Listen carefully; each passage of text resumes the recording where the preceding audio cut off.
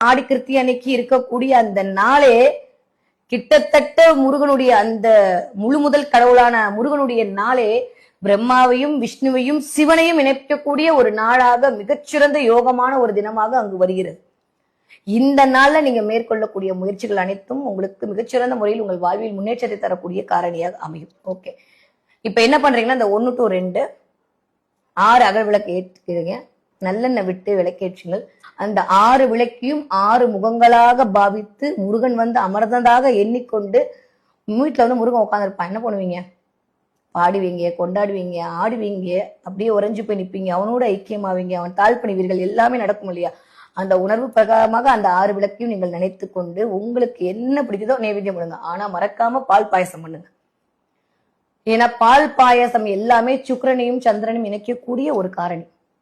ஒரு மனுஷன் எப்போ செவ்வாய் சுக்கிரன் காம்பினேஷன் சேருது அதுதாங்க பயங்கரமான யோகம், பிருகுமங்கல யோகம்னு சொல்லுவாங்க. அவங்கதான் பணக்காரங்களாவே இருக்கக்கூடிய தகுதியை அடைவார்கள்.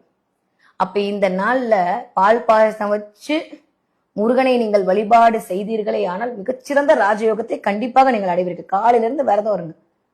கந்தசஷ்டி கவசம் முடியுமா? கந்தசஷ்டி கவசம் போட்டுக்கிட்டே இருங்க, கேட்டுக்கிட்டே இருங்க, சொல்லிக்கிட்டே இருங்க. முடியும்னா 36 தடவை சொல்லுங்க. இல்லையா அட்லீஸ்ட் ஒரு 3 தடவையாவது கந்தசஷ்டி கவசத்தை கண்டிப்பாக சொல்லுங்கள். காலையில ஒரு தடவை, மத்தியானம் ஒரு தடவை, இரவு ஒரு தடவை.